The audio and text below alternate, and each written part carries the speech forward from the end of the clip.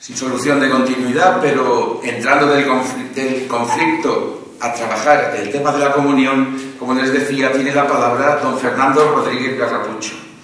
El tema, titulado con su conferencia, temas actuales del diálogo católico luterano, un acercamiento teológico pastoral. Don Fernando, como ya hemos dicho, para los que se han incorporado, es consultor del Pontificio Consejo para la Promoción de la Unidad de los Cristianos y director del Centro de Estudios Orientales Juan XXIII de la Universidad Pontificia de Salamanca, eso unido a su responsabilidad como profesor de Eclesiología y de Ecumenismo de la Facultad Teológica. Muchas gracias por estar aquí, tiene usted la palabra. Pues muchas gracias a los que me han invitado a venir aquí, porque por una parte siempre me he sentido muy bien acogido y por otra parte me alegra mucho hablar de ecumenismo en este foro donde hay tantos jóvenes, porque vosotros, los jóvenes, muchos futuros pastores, quién sabe si algún futuro obispo, también los laicos y laicas que hay aquí, sobre todo vosotros tenéis con otras generaciones la responsabilidad de ir haciendo un nuevo camino en esta senda del ecumenismo que ya se va haciendo grande, se va haciendo una senda profunda, pero que tal vez necesita, como dice el padre Congar, de la paciencia histórica y de las generaciones que estamos aquí, a las que representáis vosotros, va a tener cambios importantes. Espero que lo que yo diga pueda ir preparando esos cambios que nos acerquen a la unidad de los cristianos. Bien, sin más, paso a hablar de lo que hay en el esquema que tienen todos ustedes. Hay una introducción, hay unas propuestas de conclusión y en medio 3 cuestiones que me parecen las más importantes en este diálogo católico-luterano y que es un diálogo propio, puesto que las iglesias de tradición luterana tienen doctrinas y prácticas muy diversas de otras iglesias de la Reforma y no digamos ya de las iglesias ortodoxas del Oriente. Bien, sin más vamos a la introducción, una novedosa conmemoración de los 500 años de la Reforma. ¿Por qué este año es tan novedoso? En 2017 los cristianos hemos sido llamados a hacer memoria de 500 años de la Reforma protestante, un acontecimiento capital en la historia del cristianismo y de la humanidad. Cierto que no podemos festejar este hecho, que significa la división del cristianismo occidental. Se llama conmemoración, pero no se puede festejar la división de los cristianos, evidentemente. Pero conmemoramos, es decir, hacemos memoria de lo que ocurrió para aprender de la historia, sobre todo para pensar cuál debe ser nuestro presente de unidad como cristianos católicos y luteranos y cómo debe ser el futuro en el cual nuestras divergencias se conviertan en diversidades reconciliadas, es decir, en unas diversidades que no sean ya motivo de división, sino que al estar reconciliadas sean diversidades dentro de la unidad católica, como en el catolicismo también tenemos diversas teologías, diversas espiritualidades, diversas liturgias, diversos ritos, sin que eso signifique la ruptura, sino dentro de la unidad católica. André Birmele, uno de los mejores teólogos luteranos actuales, ha señalado con acierto, a mi modo de ver, la tarea de conversión eclesial que hoy tenemos por delante. Y dice así André Birmele: es de esperar que este año sea celebrado de una forma diferente a los siglos precedentes, que el jubileo de 2017 sea de otro tipo. El desafío de la hora presente es el de la conversión de las iglesias. Subrayo, no solo las personas, sino también las iglesias como conjunto. La conversión es una noción fundamental en el mensaje cristiano. Generalmente se la comprende como válida en primer lugar para el individuo, llamado a reorientar su vida a la luz del Evangelio. Sin embargo, ella no se limita a las personas aisladas, pide ser aplicada a la comunidad cristiana en su conjunto. El pueblo de Dios mismo está llamado a la conversión a fin de hacerse más conforme a la voluntad de Dios. Solo semejante reorientación permite superar las divisiones que impiden todavía la plena comunión eclesial de todas las confesiones cristianas. Solo así ellas pueden alcanzar una unidad visible y un testimonio más creíble en el mundo. Por tanto, este teólogo luterano de Estrasburgo nos invita a pensar que esto del 500 aniversario tiene que ser también no solo una cuestión personal, sino eclesial, de las iglesias y de su propia conversión, para que la unidad visible y el testimonio común sean posibles entre los cristianos y no el antitestimonio que damos con nuestras divisiones. La pregunta es, ¿se puede conmemorar el acto principal de rebeldía de Lutero junto a los luteranos sin que ello suponga celebrar a Lutero? ¿Cómo evitar que esta conmemoración ocasione aquí y allá reafirmaciones identitarias? Dicho en positivo, ¿cómo hacer de suerte que esta conmemoración tenga en cuenta los avances ecuménicos y marque un jalón en el camino de la esperada comunión? Por primera vez un centenario de la Reforma va a tener lugar en una época marcada por varios decenios de diálogo ecuménico. Así lo dice el jesuita francés Michel Fedou. Lo importante es que por primera vez se trata de celebrar este centenario juntos y no cada iglesia por su parte. La Comisión Mixta Luterano-Católica, a los 50 años de su nacimiento, que son ahora, no solo celebramos 500 años del inicio de la Reforma, sino 50 años de diálogo católico-luterano, por tanto son fechas muy redondas para conmemorar. Pues bien, esta comisión por eso ha elaborado un bello documento que lleva el título que le han puesto a las jornadas, del conflicto a la comunión. Bien, es justamente porque nuevas relaciones han sido anudadas entre católicos y protestantes por lo que podemos abordar la conmemoración de 2017 de forma inédita, porque las anteriores eran aprovechadas los luteranos para afirmarse en su luteranismo y criticar a la Iglesia Católica, y la Iglesia Católica para afirmarse en su doctrina y declarar que esos herejes celebran sus posiciones de forma equivocada. Bien. En virtud de los progresos doctrinales realizados en el Vaticano II, los católicos ya no miramos a los protestantes como lo hacíamos en el pasado. El citado documento de la Comunión Mixta Luterano-Católica nos invita en el capítulo primero a una conversión en nuestra manera de hablar de los otros y de su pasado.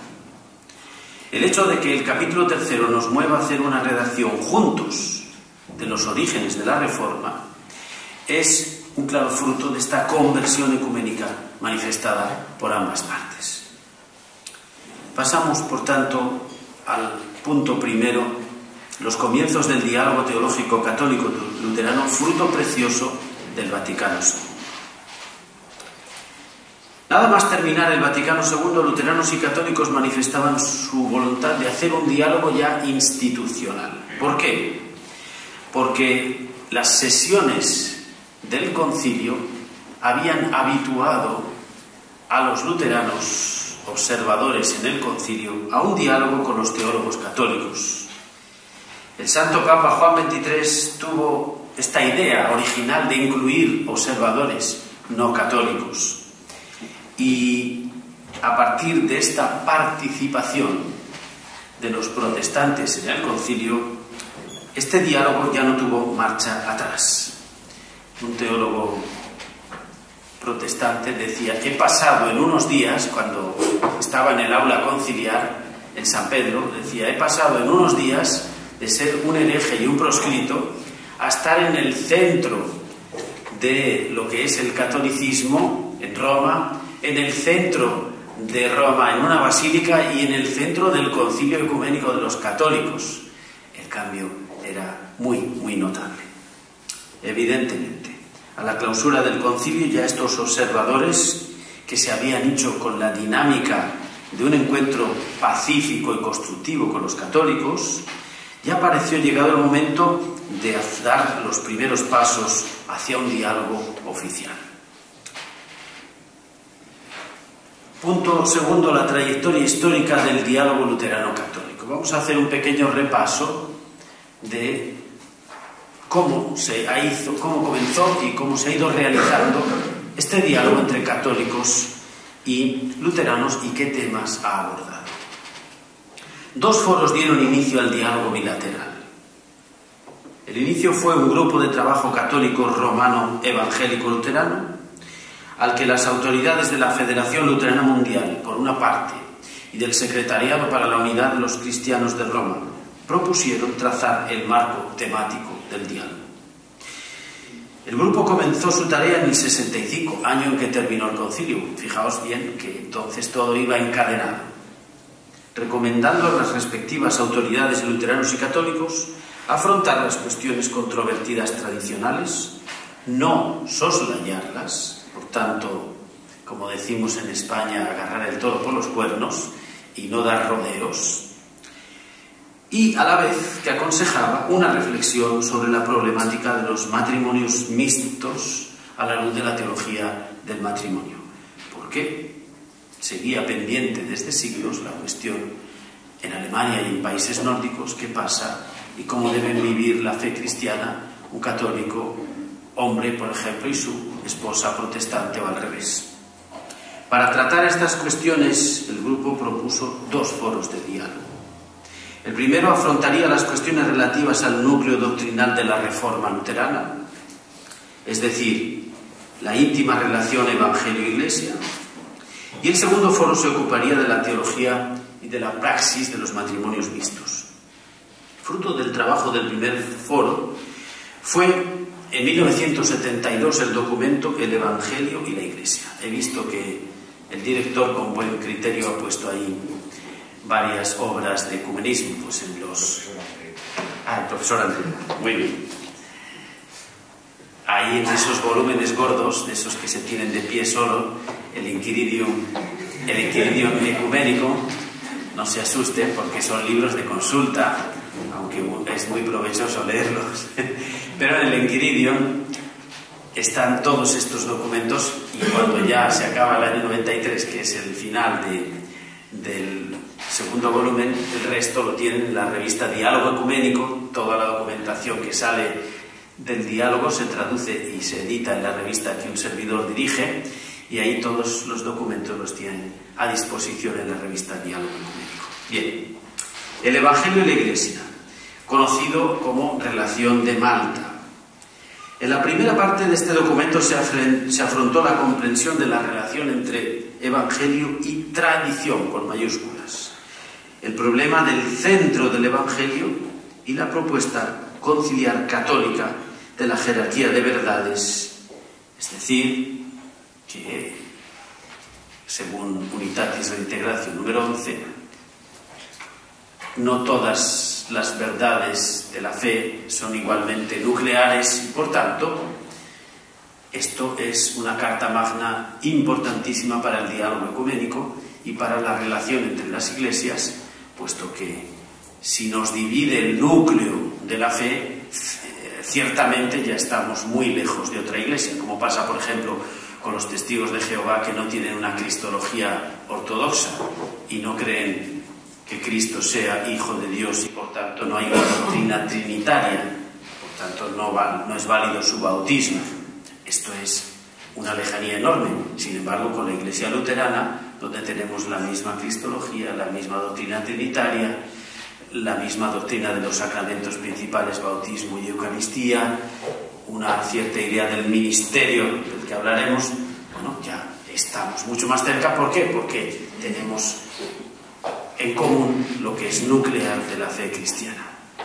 Por tanto, el centro del Evangelio y la doctrina de la jerarquía de verdades.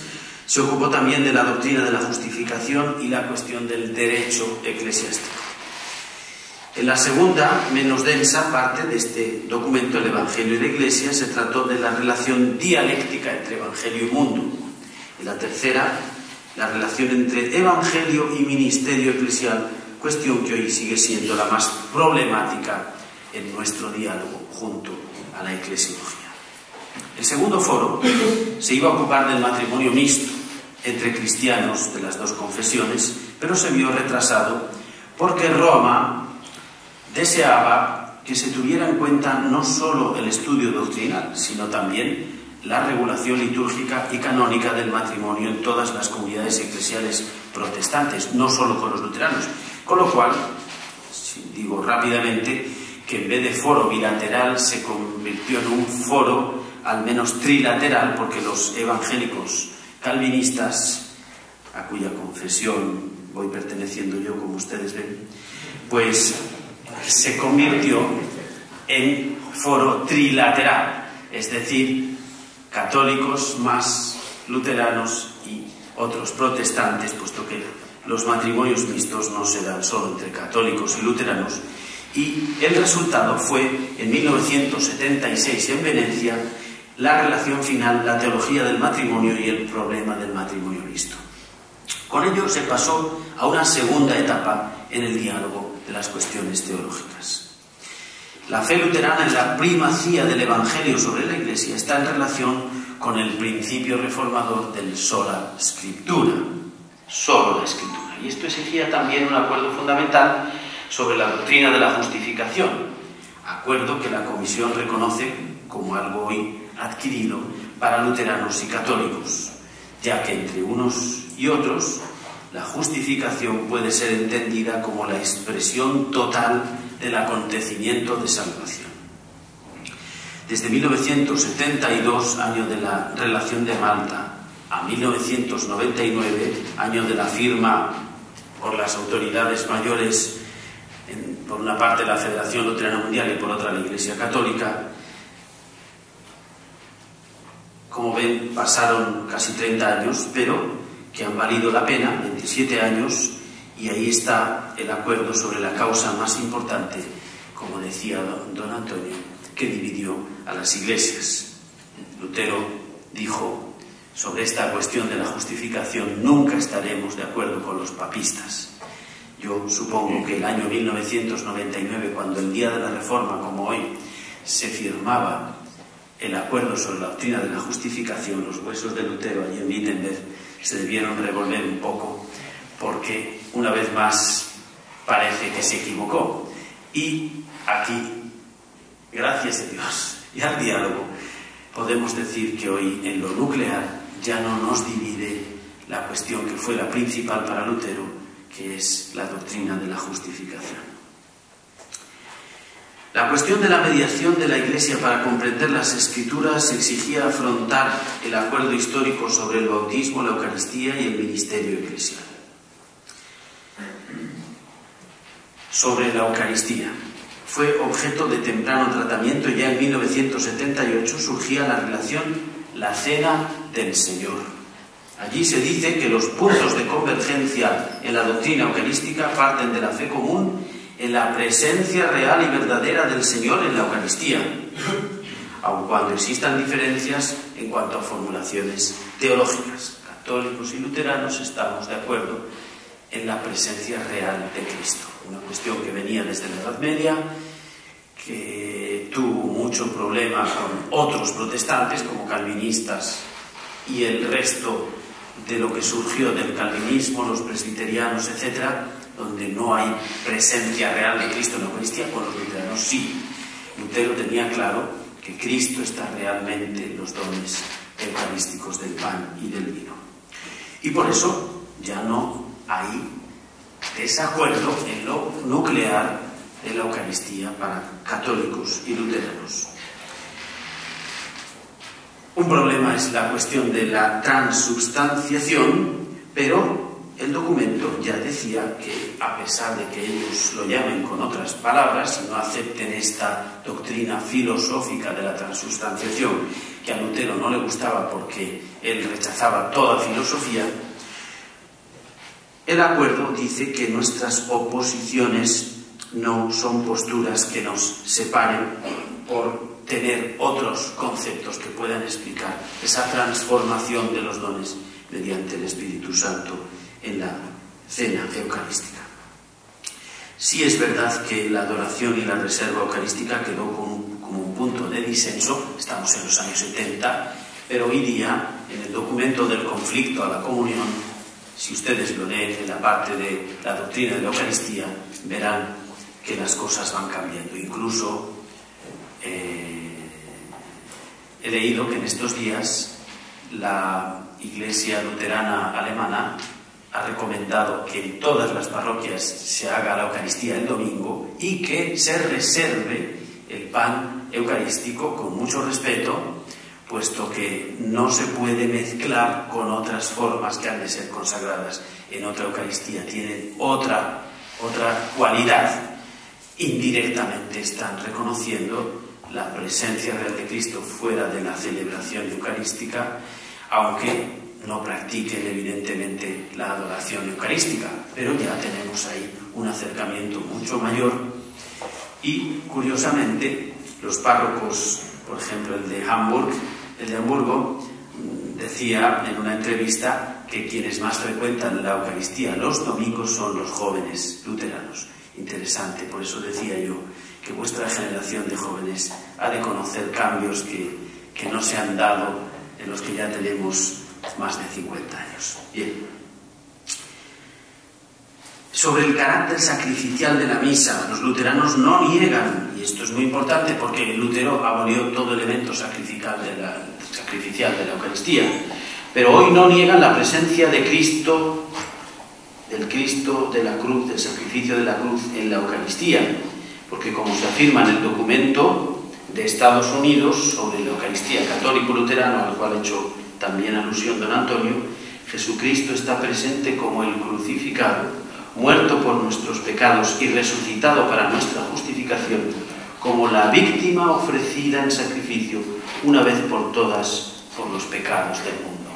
Luego, de nuevo, estamos encontrando una convergencia en algo fundamental que para Lutero era casi insalvable y que hoy, gracias al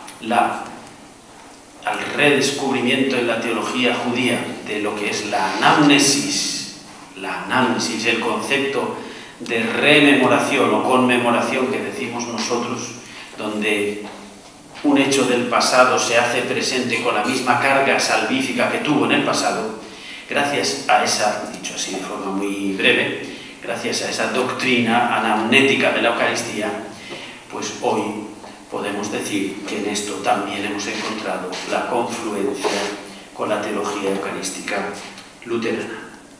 Sin embargo, la mayor dificultad se encuentra para los luteranos en esta cuestión de la anamnesis, del sacrificio de la Eucaristía, pero ya he dicho cómo, a propósito del descubrimiento del concepto de anamnesis, hemos llegado a una convergencia doctrinal. En 1980 la Comisión Mixta explora el concepto de unidad en cuanto meta del ecumenismo en la nueva relación que produce la Comisión Mixta Internacional y que se titula Caminos hacia la Comunión.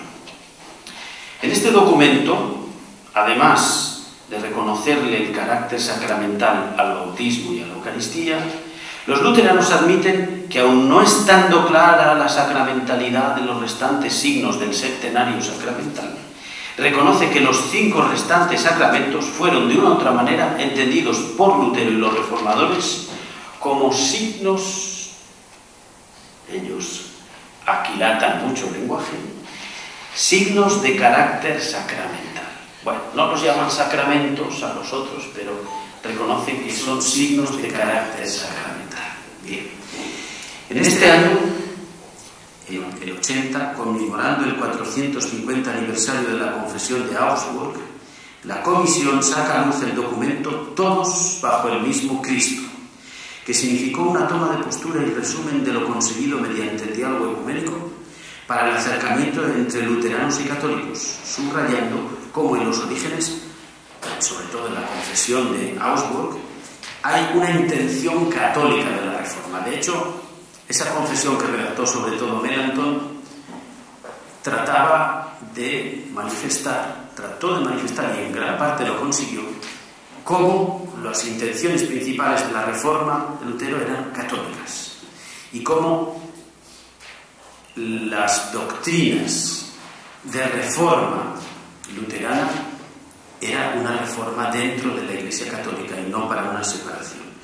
Por cuestiones históricas que ahora no podemos entretenernos en ella, ya se había consumado gran parte de la división y también había habido una guerra a la que ha hecho alusión con el emperador y no tuvo el efecto deseado esta confesión de Augsburg. Pero al volver sobre ella hemos visto que realmente en esa confesión la mayor parte de las declaraciones por parte luterana son católicas. Y ahora viene otro tema que se empezó a tratar a partir de los años 80, y es que la doctrina sobre la Eucaristía no es separable de la doctrina sobre el ministerio ordenado, porque la comprensión del carácter de la Eucaristía depende de la vinculación entre ambos: sacrificio eucarístico, celebración de la comunidad cristiana de la Eucaristía, y quién la preside y por qué y en nombre de quién. Los documentos que hemos visto en la exposición precedente aluden o tratan la cuestión del ministerio en distintos pasajes, pero la Comisión le dedicó una relación monográfica en el año 81 con el título El ministerio espiritual en la Iglesia. Les digo que este es un documento bellísimo y que sirve para los católicos también. Por supuesto, el ministerio espiritual en la Iglesia tiene cosas, a mi modo de ver, muy aprovechables también para nosotros católicos. Bueno, en realidad fue hecho por la Comisión Católico-Luterana, pero es que la forma, los matices, la doctrina que allí se expresa me parece que es de una gran calado y profundidad para nuestro tiempo. Por tanto, documento de gran densidad teológica y espiritual. La relación constata una mejor inteligencia de los elementos tradicionales de la doctrina del ministerio en las respectivas tradiciones y una cierta aproximación de las posturas doctrinales de luteranos y católicos. Ello afecta a la comprensión del carácter sacerdotal, parcialmente aceptado por los luteranos, siempre que se entienda como ese sacerdocio católico se entienda como habilitación para una función que tiene su origen en la vocación externa y ve en la predicación del Evangelio un elemento esencial de su ejercicio. Pero es que este aspecto lo acentúan más los católicos desde el Vaticano II. No olviden ustedes que en el decreto sobre el presbiterado, Presbyterorum Ordinis del Vaticano II,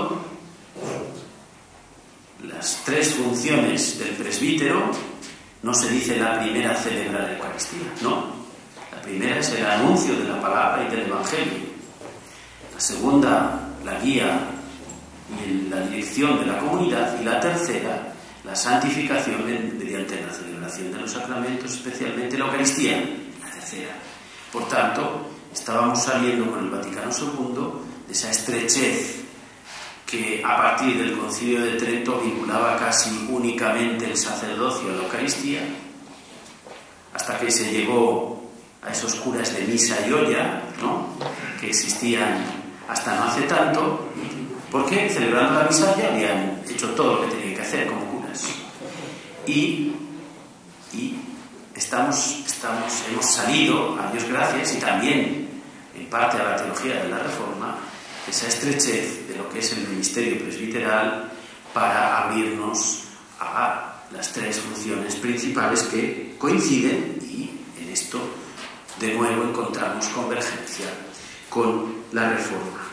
Por eso ambas comuniones deben considerar si esta aproximación en la comprensión de la doctrina no está exigiendo una reconsideración de posturas que tenga como finalidad el reconocimiento recíproco de los ministerios. Yo os digo que hoy los luteranos, esta es una de sus mayores aspiraciones, que la Iglesia Católica reconozca sus ministerios. Y sin embargo aquí estamos en uno de los puntos más difíciles y problemáticos. Pero ellos darían lo que fuese porque su ministerio pastoral fuese reconocido como un ministerio apostólico válido en la sucesión apostólica por parte de la Iglesia Católica. Bien, si quieren ustedes podemos profundizar después. En la relación la Cena del Señor se decía con claridad que para presidir la Eucaristía era necesario, según la fe católica, haber sido ordenado obispo o presbítero, citando la enseñanza del Vaticano II, según la cual las comunidades eclesiales separadas de la comunión católica, a ellas le falta el sacramento del orden, es decir, dice Unitatis Redintegratio, no han conservado la sustancia genuina e íntegra del misterio eucarístico. Los luteranos afirman no haber negado nunca la existencia del ministerio en la Iglesia Católica y ahora consideran la situación de necesidad que les planteó a las comunidades reformadas y que condujo a las ordenaciones presbiterales. Ellos dicen, no tuvimos más remedio, y es verdad. Los obispos católicos se negaron a ordenar otros obispos luteranos o presbíteros reformados. Por lo tanto, ellos empezaron a ordenar presbíteros por parte de otros presbíteros. Y Lutero tiene todo un tratado de cómo se hace la ordenación de pastores, etc. Y con el signo de la imposición de manos, del Espíritu Santo, la elección, el examen de sus cualidades, la formación teológica. Bien, es obvio que esta cuestión, planteada ya en la relación de Malta, apunta a la cuestión del episcopado y a su intrínseca relación, según la doctrina católica y ortodoxa, sobre la sucesión apostólica.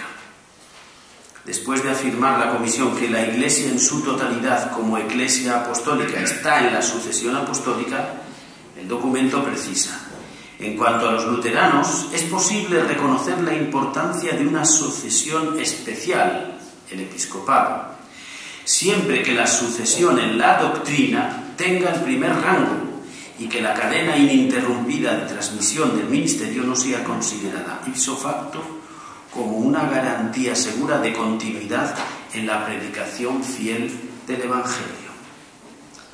Están dispuestos a reconocer esa sucesión especial propia que se da en...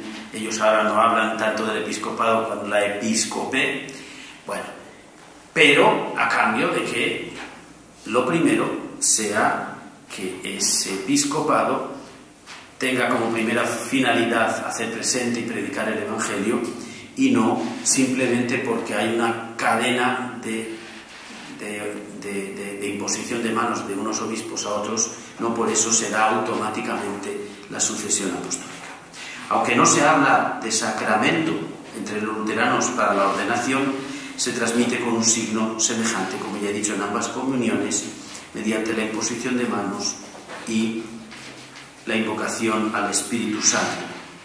Por lo cual la Comisión entiende que existe, a pesar de las divergencias que aún permanecen, una convergencia real, por lo que no se rechaza de base la utilización del concepto de sacramento para el ministerio y la ordenación dentro de la tradición luterana, y ambas iglesias son de la opinión de que mediante el acto de la ordenación el Espíritu Santo capacita con el don de su gracia al ordenado para su servicio. Bueno, esto es otro paso trascendental, que no nos ha llevado a la comunión total en esta cuestión del ministerio, pero que, como veis, supone un acercamiento enorme.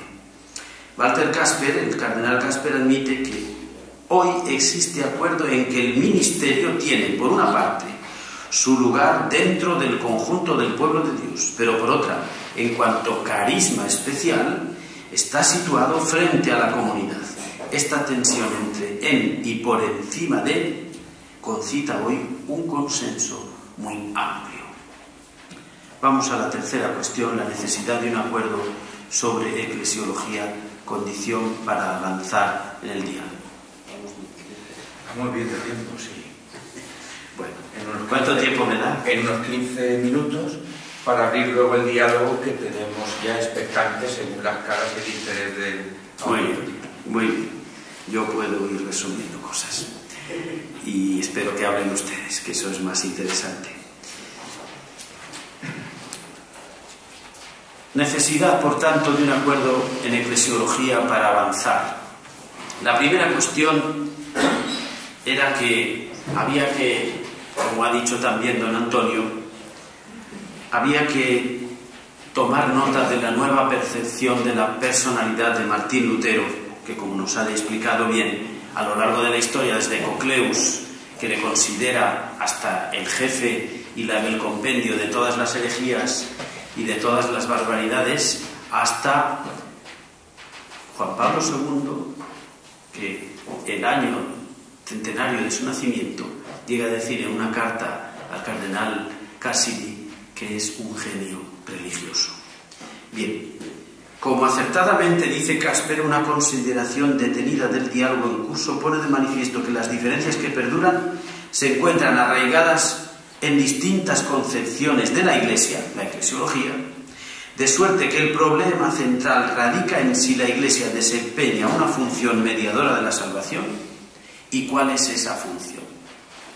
Para Lutero, lo importante es la Ecclesia Invisibilis, la Iglesia invisible, et abscondita, y escondida porque solo Dios conoce la fe de los suyos, porque lo único importante es la fe. Por tanto, no hay una visibilidad ni institución eclesial, ni mediación eclesial para la salvación. Este es y sigue siendo el gran problema, no solo con los luteranos, sino mucho más con otras iglesias de la Reforma. Esta cuestión preocupó de forma particular a Martín Lutero, y en la medida que se ha ido progresando en la comprensión recíproca de la eclesiología subyacente a luteranos y católicos, se ha ido entendiendo mejor la opción fundamental del reformador de Wittenberg. Para Lutero, la mediación pretendida por la dogmática católica amenazaba el libre acceso del fiel a Dios, únicamente mediado por la Escritura. El fiel, a través de la Escritura, llega a comprender el Evangelio y tiene su relación directa con Cristo. La Iglesia no tiene ningún papel mediador. Pero la celebración del 450 aniversario produjo ese texto también bellísimo, Martín Lutero, testigo de Jesucristo, 1983, que da comienzo a la que puede considerarse tercera etapa del diálogo teológico entre luteranos y católicos. Etapa que ve con claridad que es imposible separar la doctrina de la justificación de la eclesiología. Por ello surge la doctrina eclesiológica acordada entre luteranos y católicos, que es el bello documento Iglesia y Justificación. Digo resumidamente que en ese documento Iglesia y Justificación, que ya no está en el Enquiridion, sino tenemos como un librito aparte en la colección Biblioteca Ecuménica Salmanticensis, y lo encuentran en la revista Diálogo Ecuménico, ese documento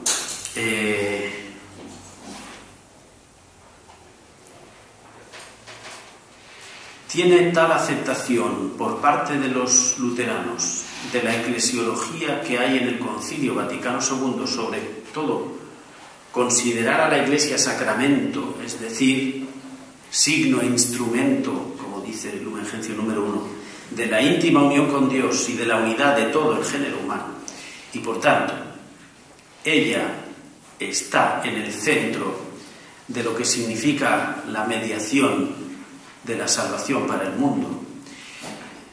Ese documento acepta de tal modo la doctrina del Vaticano II que si todas las iglesias, sean luteranas, de tradición luterana como protestantes, siguiesen una doctrina eclesiológica que hay ahí, estaríamos muy cerca de una convergencia eclesiológica. Ahora bien, es un documento de la Comisión, y yo les digo que todavía, en gran parte, las iglesias de la Reforma están en la idea de la Iglesia invisible.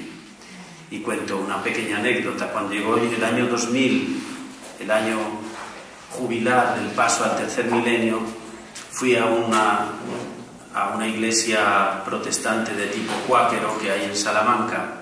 Estuve rezando con ellos y les invité a venir en la Semana de la Unidad a orar juntos por la unidad de los cristianos.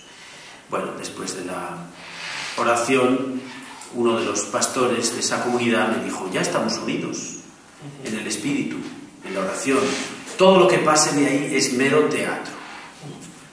Bien, eso es significativo de cómo estamos lejos algunas iglesias. Pero, bueno, al menos en este diálogo católico-luterano está ese documento que me parece fundamental para seguir adelante. Por lo que dice Walter Kasper, mientras no definamos claramente qué es la Iglesia y qué significa en consecuencia la comunión eclesial y la unidad de la Iglesia, no podemos decidir si, y en caso de respuesta afirmativa, en qué medida los resultados obtenidos hasta ahora en los diálogos ecuménicos son suficientes para la comunión eclesial plena. Mientras no se aclare esta cuestión, todos los demás logros, por importantes que sean, permanecerán más o menos en el aire, incluido el de la justificación. Bien, con el propósito de superar esta dificultad de una eclesiología incompatible, se planteó la Federación Luterana Mundial como seguir adelante y proponer un modelo de unidad. Un modelo de unidad que haga legítima la comunión eclesial. Y ahí se habló de unidad en la diversidad reconciliada. Esta es la fórmula que se ha encontrado: unidad en la diversidad reconciliada, para ir caminando hacia ese proyecto de unidad católicos luteranos. Ciertamente, excluido el método del simple retorno y absorción de una iglesia por otra, y también el de una unidad solo espiritual. Por eso, en 1985, la Comisión Mixta proclamaba la relación ante la unidad, que exhorta a los diversos posibles modelos de unidad y llega a esta unidad en la diversidad reconciliada. Un poco más adelante, en esta tercera etapa, surgía en Alemania, en el grupo de católicos luteranos alemanes, la relación Communio Sanctorum, la Iglesia como comunión de los santos, año 2000. Bueno, en este año tan significativo, y ahí lo tienen en Diálogo Ecuménico como un volumen propio, todo el documento, la Iglesia como comunión de los santos, es otro avance de la Comisión en este sentido de la eclesiología. Es aquí donde se han planteado los interrogantes y donde se bloquean los efectos que deben seguirse de la aplicación del modelo. Es decir, sí, diversidad reconciliada, pero cuando llegamos a la cuestión del episcopado y la sucesión apostólica, viene lo más problemático. Y he de decir que aquí todavía no estamos de acuerdo y que este es uno de los trabajos que hoy día más va a trabajar, a elaborar y a pensar la Iglesia Católica con las iglesias de la Reforma. El último documento, como hemos dicho, es del conflicto a la comunión, conmemoración conjunta, juntos, luterano-católica romana, del año 2017. Es un documento que pasa revista a todos los logros de 50 años de diálogo en todos estos temas que acabo de mencionar muy brevemente. No solo pasa revista, sino que luego va dejando pistas para el futuro. Y al final, en esta conclusión, quiero leerles cómo suenan esas pistas para el futuro. Bien, por tanto, como se me acaba el tiempo, vamos a las propuestas de acciones que nos acercan a la comunión, a la última parte. Hay que aprovechar esta fecha para avanzar, por tanto, en nuestro camino de reconciliación y testimonio común del Evangelio. A nuestro modo de ver, dicho avance pasa porque nuestras iglesias no se duerman en los límites confesionales, sino que caminen en una reforma continua que haga posible encontrar la comunión real e institucional. El Concilio Vaticano II, sin duda, es un concilio de reforma para la Iglesia Católica. Además, es el concilio que ha aceptado, después de 5 siglos, muchas de las legítimas peticiones que hizo la Reforma Protestante. Pero a 50 años del concilio no se han terminado esas reformas de la Iglesia Católica. y creo que todos nosotros percibimos, a poco que observemos del magisterio del Papa Francisco, que estamos en un periodo en que esas reformas tienen que continuar. Y el Papa Francisco quiere situar a la Iglesia Católica en este camino de Ecclesia Semper Reformanda, la Iglesia siempre en reforma. No se han acabado las reformas del Concilio Vaticano II, las que pide. Cuando leemos algunas páginas parecen nuevas todavía y sin estrenar. Pero es que el Vaticano II acepta el principio eclesiológico reformado de que la Iglesia está siempre en necesidad y en camino de reforma y renovación. Con lo cual aquí vemos otro motivo de convergencia. Como dice Walter Casper, el retorno al confesionalismo sería, sin embargo, una catástrofe. Por eso él insiste, las iglesias ya no pueden permitirse estar enfrentadas, ni tampoco coexistir a partir de la autosuficiencia. Deben convivir y salir unas al encuentro de otras. El documento Iglesia y del conflicto de la comunión dice que nuestra división es una posibilidad imposible y fuente de una gran pena. Número 223. Nuestra división es una posibilidad imposible y fuente de una gran pena. Pues por el bautismo todos los cristianos pertenecemos al único cuerpo de Cristo. Con certeza el diálogo ecuménico nos está ayudando a esta superación de esta posibilidad imposible. En el camino de superación, Casper aclara: tanto la Iglesia Católica como la Iglesia Evangélica se entienden hoy a sí mismas como la Ecclesia Semper Renovanda o Reformanda. De este modo, los católicos hemos aprendido de los evangélicos la importancia de la palabra de Dios y la Biblia, así como los evangélicos han aprendido de nosotros la importancia del simbolismo sacramental y la liturgia. El ecumenismo ha enriquecido a ambas iglesias. De ahí los 5 imperativos ecuménicos del capítulo 6 de este documento, que concluyen así.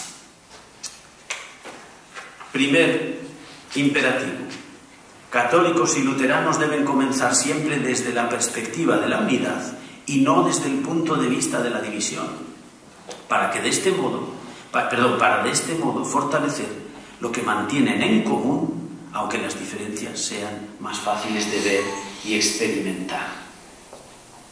Se entiende bien esto, ¿no? Segundo imperativo: luteranos y católicos deben dejarse transformar a sí mismos continuamente mediante el encuentro de los unos con los otros y por el mutuo testimonio de fe. Tercer imperativo: católicos y luteranos deben comprometerse otra vez en la búsqueda de la unidad visible, importantísimo, visible, porque esto termina con lo central de la eclesiología reformada, la unidad visible, para elaborar juntos lo que esto significa en pasos concretos y esforzarse continuamente hacia esta meta.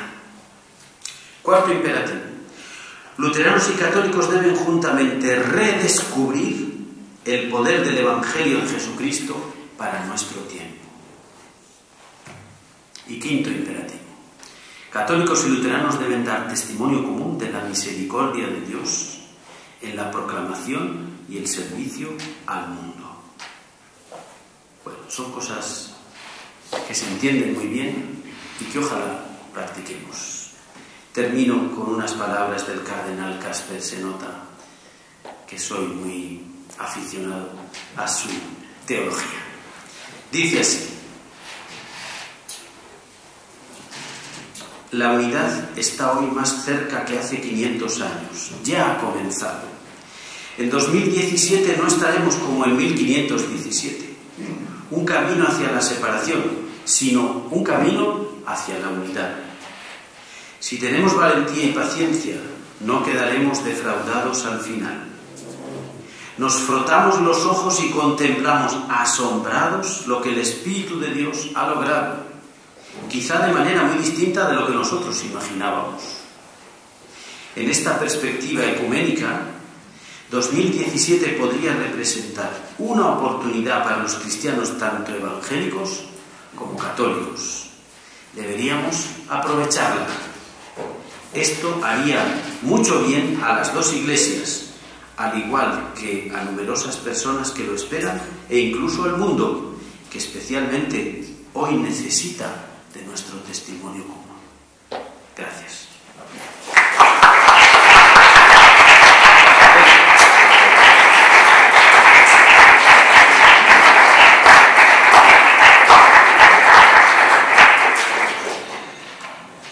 Muchas gracias, profesor Garrabucho. Rodríguez Garrabucho, le pasa a mí, que siempre el segundo apellido se come la línea paterna. Muchas gracias por estas palabras y por este estímulo. Estaba yo repasando, mientras él hacía su conferencia, el plan de estudios de nuestro Instituto Teológico. No creo que haya ninguna asignatura de primero a sexto, incluida la síntesis teológica, que no tenga necesidad de una revisión y actualización ecuménica. Desde la antropología filosófica y la metafísica, toda la teología sacramental, hasta el nombre de la teología pastoral, muchos deseamos que pronto la Universidad Pontificia de Salamanca y su Facultad de Teología cambie el nombre y se denomine teología pastoral o práctica, porque hasta ahí necesitamos en la denominación de los tratados y de los manuales toda la Sagrada Escritura, el derecho canónico. Este es el necesario transversal que tiene hoy la teología entre nosotros, en esta realidad global, en esta pluralidad cultural y religiosa y en esta región de Murcia, de esta diócesis de Cartagena. Estoy haciendo estas palabras para que nos sirvan de transición, para esperar preguntas, pero por favor hagan las preguntas que harían los periodistas. Hagan las preguntas que nos vamos a encontrar en nuestra parroquia. Les voy a decir una simple anécdota que me van a comprender. Yo fui durante 4 años felicísimo párroco de la parroquia Nuestra Señora del Rosario de Fuenterrabía. 700 habitantes en un rincón bellísimo en la transición al Parque Natural de Sierra Espuña. Allí acogimos a una ermitaña anglicana que se autodefine como terciaria franciscana y que había hecho un proceso de camino a la unidad, y en su regla de vida, que tuve el gusto y el honor de recibir en la Eucaristía, ella tenía permiso para la participación eucarística cotidiana. Se llama Sonia Barret y también la conocemos muchos de nosotros.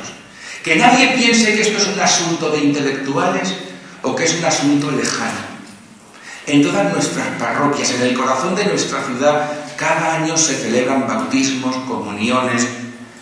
Ustedes pasan el dial y de Radio María a Radio Vida apenas hay 5 segundos. 5 segundos en mover el dial. Acabo con mis palabras. Les doy la palabra para que hagan preguntas.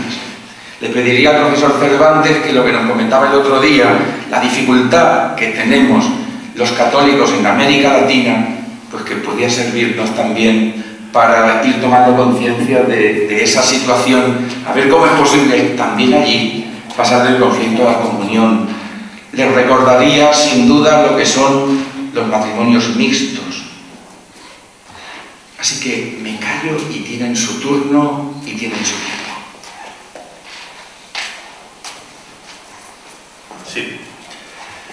Pues yo soy el profesor Cervantes y para misiones tengo que hablar. Tiene que romper el mundo. Lo que pasa es que, aunque yo sea también de la comarca del noroeste de Murcia y de un pueblecito pequeño, que además esté en Bolivia, en una zona muy marginal de la ciudad de Santa Cruz de la Sierra, con problemas muy directos con todas las comunidades, digamos, del gran abanico protestante, ¿no? Mi primera pregunta no iba a ser pero es una pregunta, digamos, de parroquia, porque sí tengo mucho interés en un tema un poquito particular. Después hago la otra, si os parece. Pero la primera sería en torno al tema de la Eucaristía y de la valoración de la Eucaristía en el campo, en la relación ecuménica en este momento. ¿Cómo se calificaría lo que podría ser la pérdida del sentido del valor sacrificial en aras de la anamnesis, que es el concepto recuperado para esa comunión, pero sí que puede ir detrás una pérdida del valor sacrificial, o del aspecto sacrificial, no del valor, sino de ese aspecto. Si lo podríamos catalogar, pues sería pues digamos, la diversidad reconciliada, o lo podríamos tratar más bien como una convergencia doctrinal. Veo que son dos matices significativos y que habría que situarlo, porque a mí me parece que la pérdida del aspecto sacrificial de la Eucaristía, aunque sea en aras de la anamnesis, para mí como sacerdote católico y misionero sigue siendo una gran pérdida. No, pero la cuestión es la contraria, es que mediante la doctrina que han aceptado los luteranos de la anamnesis, luteranos, justamente tiene relación directa con la cuestión de la Eucaristía como sacrificio, porque lo que está ahí presente es el sacrificio total de Cristo. Y solo en este sentido de que la Eucaristía es la anamnesis, la actualización, con toda la carga salvífica de lo que ocurrió en el Calvario y en la resurrección, esa doctrina recupera un concepto de Eucaristía como sacrificio, el sacrificio de Cristo, al cual nosotros nos unimos mediante la comunión. Por eso no es que sean dos cosas divergentes, al contrario, es que por una parte nosotros hemos terminado con esa doctrina de que tenían miedo los luteranos de que se repite el sacrificio de Cristo en la Eucaristía. No se repite, se hace actual, pero no se sacrifica otra vez, no se vuelve a hacer la crucifixión de Cristo en el altar, no. Hemos terminado con esa doctrina católica problemática que en parte ha estado presente, y por otra parte ellos recuperan el concepto de sacrificio porque en esa actualización de lo que se da en la Eucaristía está todo el sacrificio de Cristo en la cruz y en la resurrección. Por tanto, no son cosas contradictorias, sino al contrario. Es la recuperación del concepto sacrificial para ellos. Muchas gracias. La otra cuestión, sí que por lo menos contamos una experiencia que es más bien de conflicto, ¿no? Yo tengo la doble experiencia de estar trabajando tanto en Alemania, habiendo hecho pues, muchísimas celebraciones pues, de matrimonios mixtos y de celebraciones de la Eucaristía en comunidades protestantes, lógicamente para comunidades católicas, y de una relación realmente preciosa en el campo ecuménico. Y me ha contrastado enormemente con la enorme dificultad que hay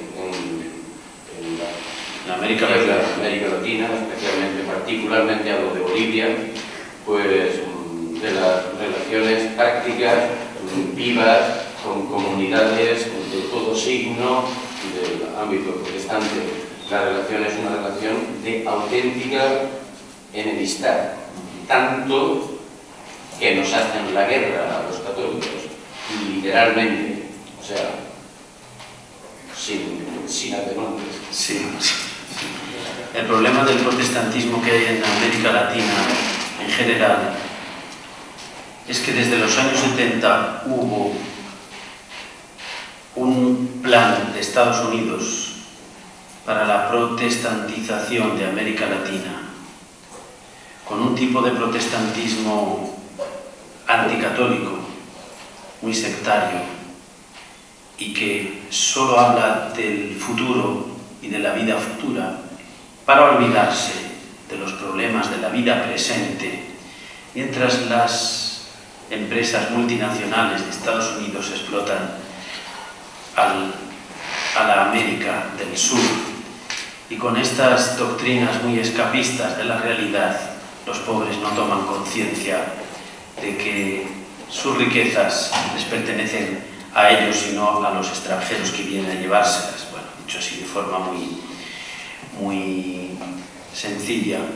Eso eso hacía que se pagasen las conversiones con dólares y que haya países de Centroamérica que en 50 años han pasado los protestantes de ser una pequeña minoría a ser ya más de la mitad, porque esas comunidades son muy agresivas, muy anticatólicas, muy proselitistas y tratan de robar fieles todo lo más posible.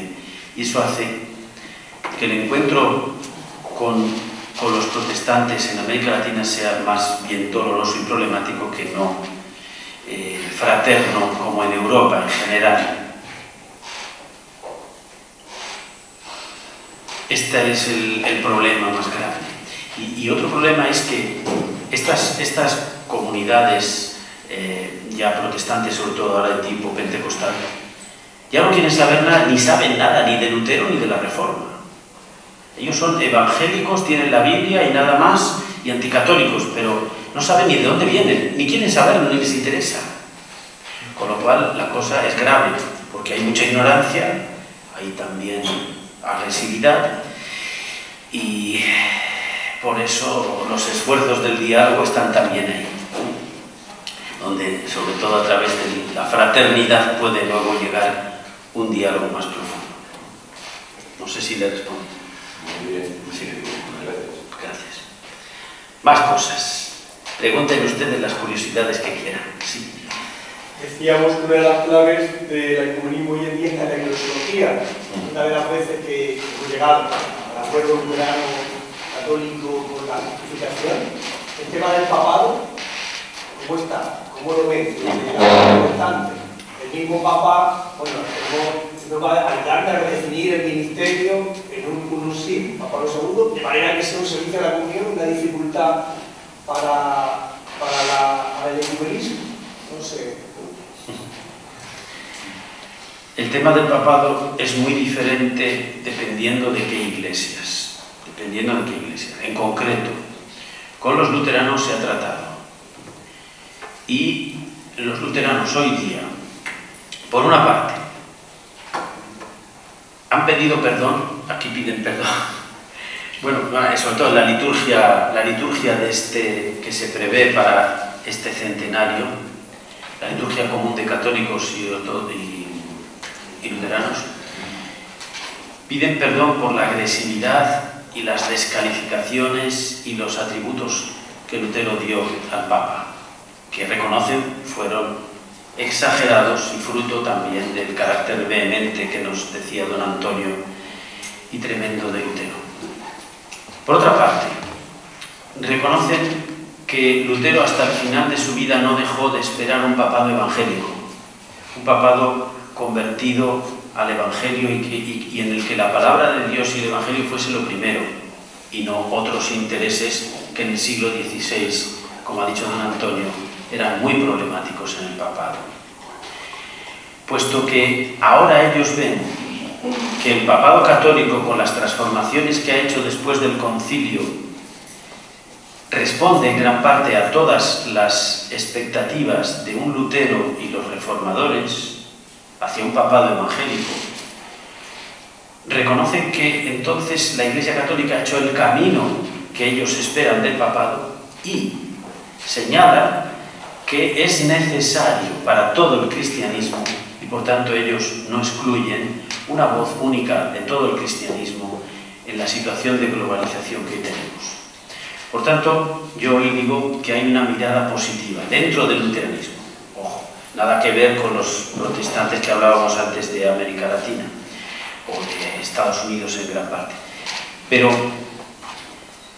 hoy día, de hecho, una de las acciones de este año 2017 es que hay una peregrinación continua de luteranos para ir a celebrar a Lutero en casa del Papa, a Roma. Y eso está creciendo y van muchas peregrinaciones de luteranos a celebrar este año con el Papa en Roma, lo cual supone, sobre todo para los jóvenes, un acontecimiento muy emotivo y muy positivo.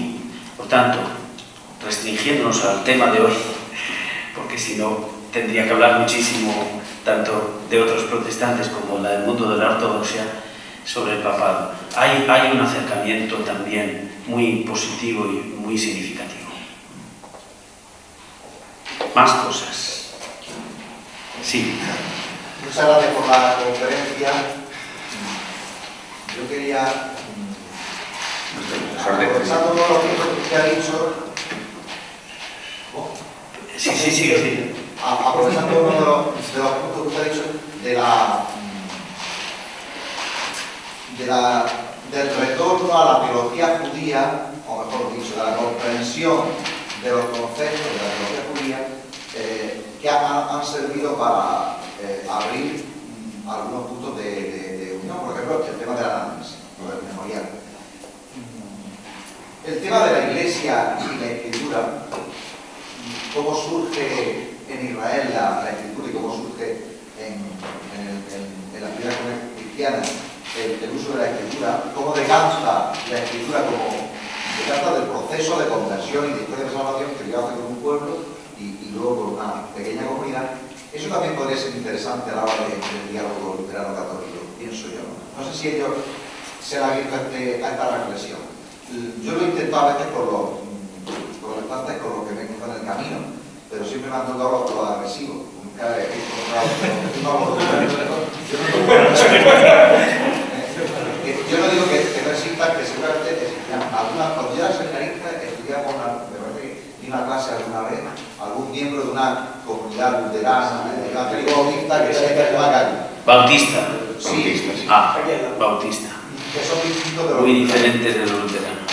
Bueno, yo no he coincidido nunca con un luterano, creo, pero con los evangélicos, con lo que sí he podido hablar de este tema. ¿Y cómo podéis renegar de la Iglesia y de la tradición si la Escritura ya es tradición y ya es Iglesia? La apertura a esto nos abrirá, igual que la Escritura ya es Israel. El mundo luterano ha reflexionado sobre el antijudaísmo de Lutero, ha hecho reflexión crítica para abrirse un poco a las raíces judías del cristianismo. Porque Lutero esto es terrible, arreguete contra... En la liturgia también se pide perdón por cómo trataron a los judíos y a los protestantes no luteranos, porque también a los del ala radical de la Reforma, a los príncipes luteranos les dijeron solo el palo y la exclusión y la muerte, en muchas ocasiones. Bien, sí, la cuestión que planteas es escritura-tradición. Y hay que decir también que gracias al diálogo de estos 50 años, hoy no hay ningún teólogo luterano serio que diga sola escritura sin tradición eclesial. No. Y de hecho, en los documentos se reconoce totalmente que la escritura solo es palabra de Dios en una tradición eclesial. Porque, entre otras cosas, como le dije yo a un testigo de Jehová, ¿y quién ha escrito el Nuevo Testamento? Y me dice Dios. No, Dios no ha escrito ni una línea ni una coma del Nuevo Testamento. ¿Quién ha escrito el Nuevo Testamento? Los primeros cristianos, la Iglesia. Luego, si como usted dice, si usted ha escrito un libro y empezamos a discutir cuál es la interpretación de ese libro, tendremos que ir al autor, ¿no? Digo, exactamente. ¿Quién es el autor del Nuevo Testamento, por el cual recibimos también el Antiguo Testamento como palabra de Dios? Cuando me dijo Dios, al final, si es la Iglesia, tendremos que acudir a la Iglesia para saber cuál es la interpretación genuina de la Escritura. Y sí, en el diálogo luterano católico hoy ya no se acepta ni la libre interpretación de la Biblia, ni tampoco una interpretación de la Escritura que no esté dentro de la tradición eclesial, puesto que el mismo Lutero hace catecismos, hace credos y todo lo que significa una tradición eclesial luterana que ayuda a entender la Escritura, claro. Entonces, en eso se ha avanzado también, no así con otros protestantes. Sí. El hecho de que el Papa, el Santo Papa, ponga en su decreto, proclamara o anunciara el concilio dentro de los calarios por la unión y que apareciera en las primeras expectativas de unión, creyendo que el Vaticano II iba a ser un concilio unionista, Y lo pretendía. Y que después, pues, dentro de 50 años se están dando pasos y pasos muy importantes. Pero a nivel de entendimiento, podríamos decirlo, de cabezas pensando. Se ha hecho alusión aquí a que en las parroquias pues nos encontramos con el problema y con personas. Se habla de Sonia, hay otras muchas experiencias a nivel parroquial de encuentro con ortodoxos, protestantes. En esta línea, ¿cómo se está viviendo ya por llamarlo así, el eslogan del conflicto a la comunión? Hay experiencias no solo en torno al octavario y a la oración, que es imprescindible e importantísima, sino también de ese acercamiento mutuo, de ese contacto, de ese pasar del hereje y del cismático al hermano. Eso es. Sí, el cardenal Casper dice: lo más importante que hemos conseguido hasta ahora es la fraternidad reencontrada.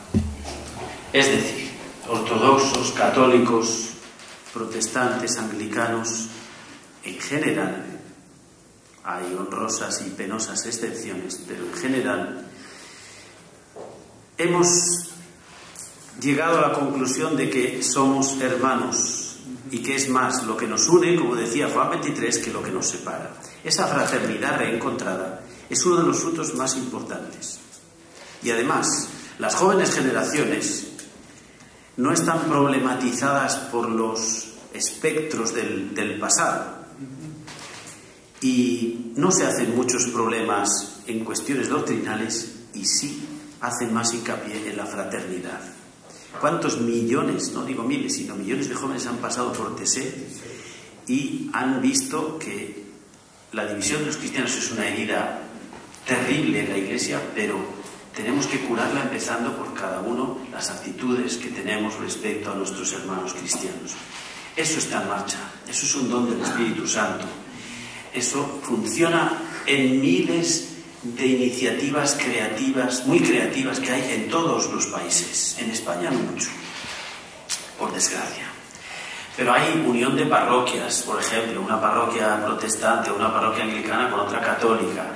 Hay foros de laicos, hay ayudas misioneras, hay oraciones continuas, hay conciertos de música conjuntos, coros conjuntos. Hay inmensidad de iniciativas por toda la Iglesia, en toda la Iglesia, para esta unidad católica.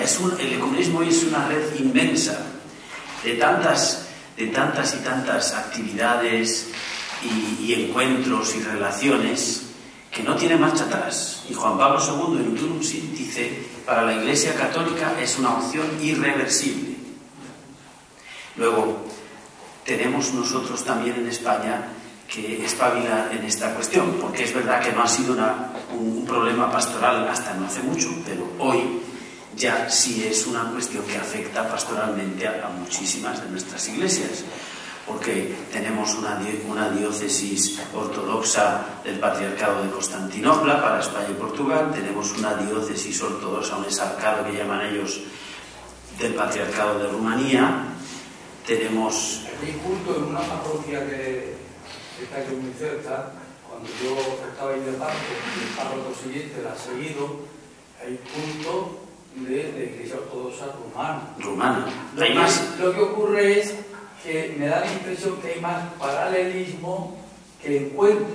Bueno, pues porque está muy bien. Yo le decía a la gente, vamos a empezar y ya llegará. Pasemos del paralelismo al Ahora encuentro. hay paralelismo, pero lo que se busca es el encuentro. Pasemos del paralelismo al encuentro con creatividad.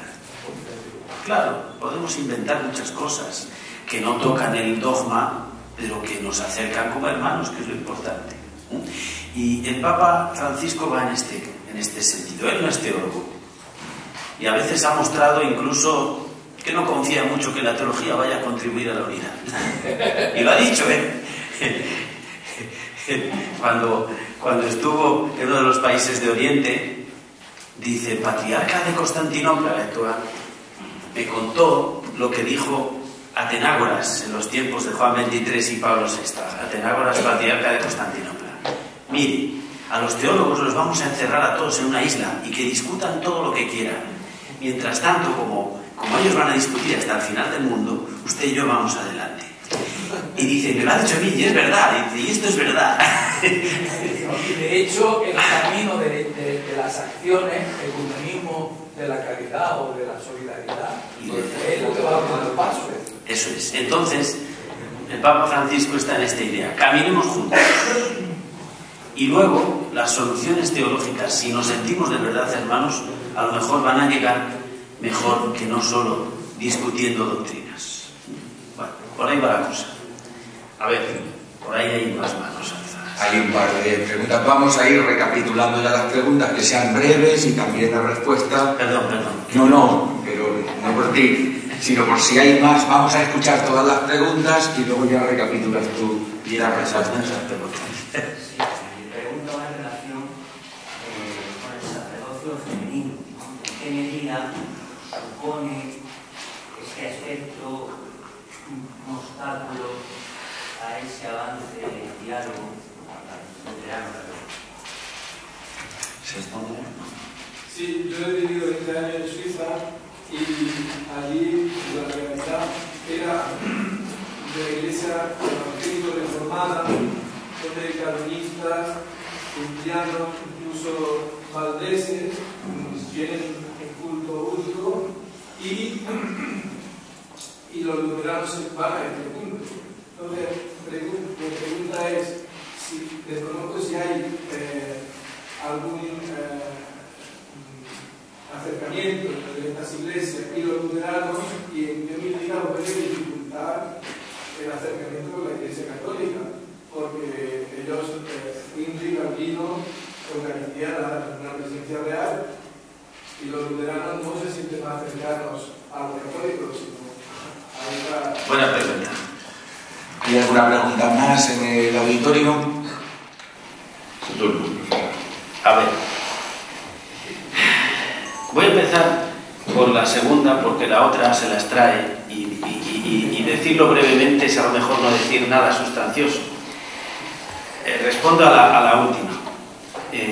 Los luteranos de Alemania, Francia, etcétera, digamos de la mitad de Alemania para abajo, tienen con los otros protestantes el acuerdo de Leuenberg, que es comunión de altar y ambón, lo llaman ellos. Por tanto, reconocen sus ministerios y su liturgia como común a todos. No así los luteranos escandinavos y de los países bálticos, porque ellos dicen, puesto que todos nuestros obispos pasaron a la Reforma y siguieron ordenando obispos y sacerdotes, nosotros hemos conservado, dicen, la sucesión apostólica, no reconocida por Roma.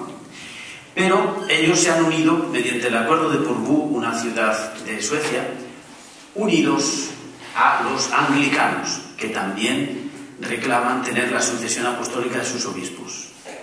Por lo tanto, yo creo que un luterano sueco no iría al culto de un zwingliano, pero un luterano alemán sí, porque tiene el acuerdo de Leuenberg. Mientras que, digo, los otros es más con los anglicanos, por el reconocimiento de la sucesión apostólica de sus obispos. ¿De acuerdo? Entonces, simplemente se da esa comunión de ambón y altar entre ellos, que desde los años 70 se ha reconocido. ¿He respondido? Sí. Bueno, vamos a la otra cuestión, que es tan,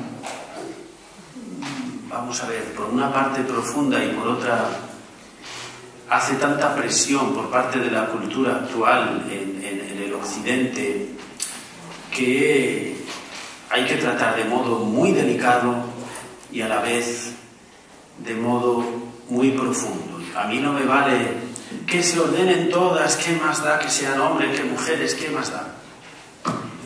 O lo contrario, como haya mujeres que están en el ministerio, yo me borro de la iglesia y se me acabó la fe. Es decir, entre esos dos extremos hay muchas cuestiones en juego muy serias que tenemos que conocer y tratar. Yo escribí hace unos años y tengo que actualizarlo y volverlo a escribir porque me lo preguntan, como es normal en tantísimos sitios. Yo escribí un artículo largo de 30 páginas sobre esto en el Diálogo Ecuménico, precisamente, porque creo que es algo que cada vez nos interesa más por la presión que el feminismo hace en todos los ámbitos de la sociedad y también en la Iglesia. La cuestión de la ordenación de mujeres nace, evidentemente, a propósito de la revolución del feminismo, que con mucha razón reclama una igualdad del hombre y de la mujer en tantos ámbitos en que la mujer estaba totalmente apartada y desvalorada, podemos decir, injustamente, en los que no podía continuar esta situación. Ayer, en el tren de Madrid-Murcia, me trajo una maquinista, una mujer con su coleta, conduciendo. Bien, si lo puede hacer una maquinista, ¿por qué no puede conducir una comunidad una mujer? Bueno, la cuestión es que con ello se inicia un diálogo en las iglesias. Pero voy a decir, a ver cómo puedo yo decir por dónde va la cuestión sin que no simplifique demasiado. Primera cuestión: en las iglesias protestantes se pasa enseguida a un pastoreo de mujeres ya desde los años 70, que son presbíteras o son pastoras, e incluso como el luteranismo tiene obispos, que son mujeres obispos, se da el paso. ¿Por qué? Porque en la Reforma el sacramento del orden no es un sacramento, es decir, no es institución de Cristo, y por tanto, si no es de institución de Cristo, es algo que puede reformarse fácilmente.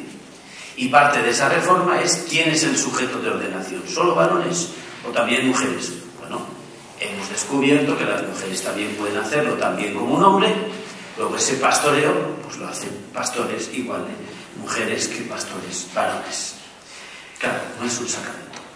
Cosa diferente de la ortodoxia y el catolicismo, donde hay un concepto de tradición con mayúsculas, tradición apostólica, que tiene una unanimidad en el tiempo y que hace que, claro, eso esté dentro de la tradición con mayúsculas, es decir, lo que hemos recibido de Cristo a los apóstoles, de los apóstoles a sus sucesores y a la Iglesia, que dirime en cada momento con autoridad lo que es de esa tradición apostólica y de la revelación o lo que no pertenece. Una vez que el protestantismo deja al lado el concepto de tradición sola escritura, bueno, ve que en la escritura había diaconisas, se habla de ellas de una forma muy difusa en el Nuevo Testamento. San Pablo dice las mujeres que han colaborado conmigo y que han fatigado en el apostolado. Bueno, pues la escritura no es que asegure nada, pero tampoco prohíbe. Entonces, como está el sola escritura y no hay tradición, y como el orden no es un sacramento, no hubo ningún problema en las iglesias de la Reforma en que la mujer pasase al ministerio.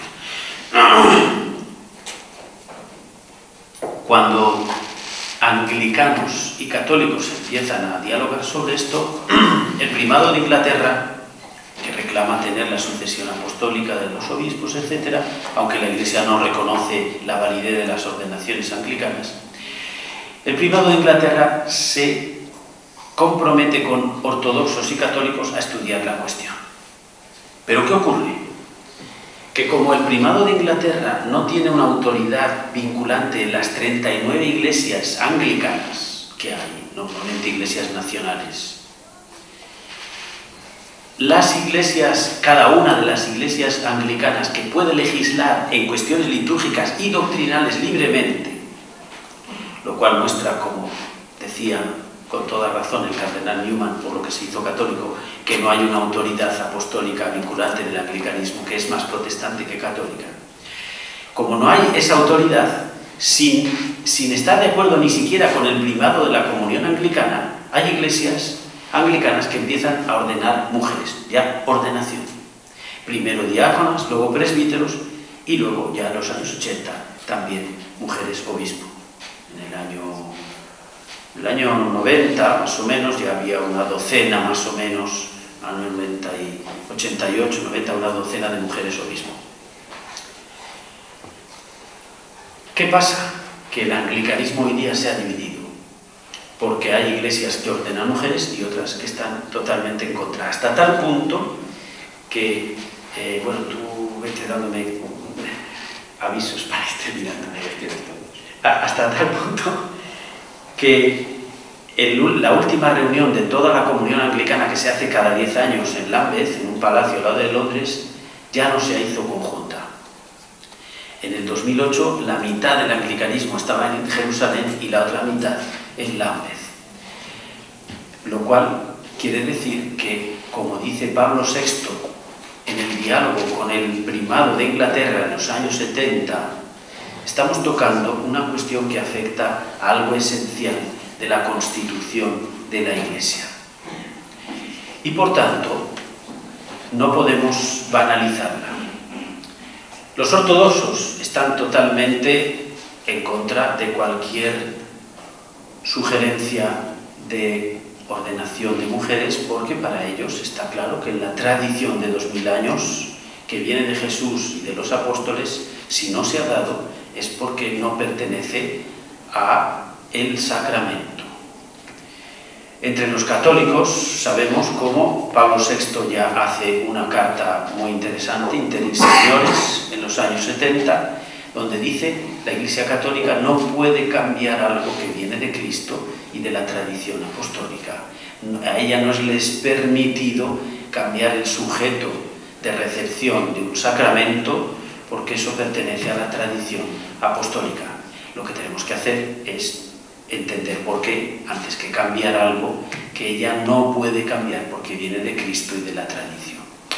Este es el mismo argumento que da Juan Pablo II ya en el año 94 en Ordinatio Sacerdotalis, cuando dice: para que no haya ninguna duda y sea algo definitivo, la Iglesia no puede cambiar algo que a ella no le es permitido transformar, porque ella no es dueña de la revelación, sino receptora y transmisora de esa revelación. Juan Pablo II no hizo un dogma, no hizo una definición ex cátedra, pero sí empeña su autoridad y dice para que ya no haya ninguna discusión más. Bueno, el hecho es que creo que las discusiones van a seguir y que sobre todo las teólogas católicas y feministas seguirán diciendo su palabra. En todo caso, ya por terminar, pero habría muchas más cosas, estamos ante una cuestión muy importante, digo, que no se puede banalizar y que no es cuestión de las reivindicaciones de sensibilidades culturales de un momento, porque hemos visto la prueba en el anglicanismo que lo ha dividido totalmente. Y también digo, si los ortodoxos tuviesen la misma sospecha de que la Iglesia Católica va a permitir la ordenación de mujeres, se acabó todo diálogo ecuménico y esperanzas de unidad. Y entonces, tal vez, tenemos un periodo todavía de discernimiento en total para comprender mejor el por qué eso está así en la revelación y qué nos quiere decir algo. El cardenal Ratzinger, entonces prefecto para la Congregación de la Doctrina de la Fe, algo dice respecto a esto para iniciar una teología de por qué el varón como el que en la Eucaristía que construye la Iglesia, el varón que hace la representación de Cristo y en nombre de Cristo y en la persona de Cristo, es más apto para esa representación Christi y para ese Cristo que está enfrente a la comunidad, y la mujer representa más a la Iglesia porque es la que recibe los dones de Cristo, puesto que los sexos no son indiferentes en la historia de la salvación y tienen una significación simbólica para vehicular también la revelación, y los aspectos de esa revelación también se nos transmite a través de la simbología de lo que significan los sexos en el género humano. Bueno, es solo una iniciación de respuesta que tenemos que seguir trabajando, yo creo. Pues muchísimas gracias a todos y vamos, me parece, que a concluir nuestra sesión teológica fulgentina invocando con la tradición a María, la Madre de Dios, a María, la Madre del Señor, y a María, Madre de la Iglesia. Nos ponemos de pie. Dios te salve María, llena eres de gracia, el Señor es contigo, bendita tú eres entre todas las mujeres, y bendito es el fruto de tu vientre, Jesús. Santa María, Madre de Dios, ruega por nosotros pecadores, ahora y en la hora de nuestra muerte. Amén. Gloria al Padre, y al Hijo, y al Espíritu Santo.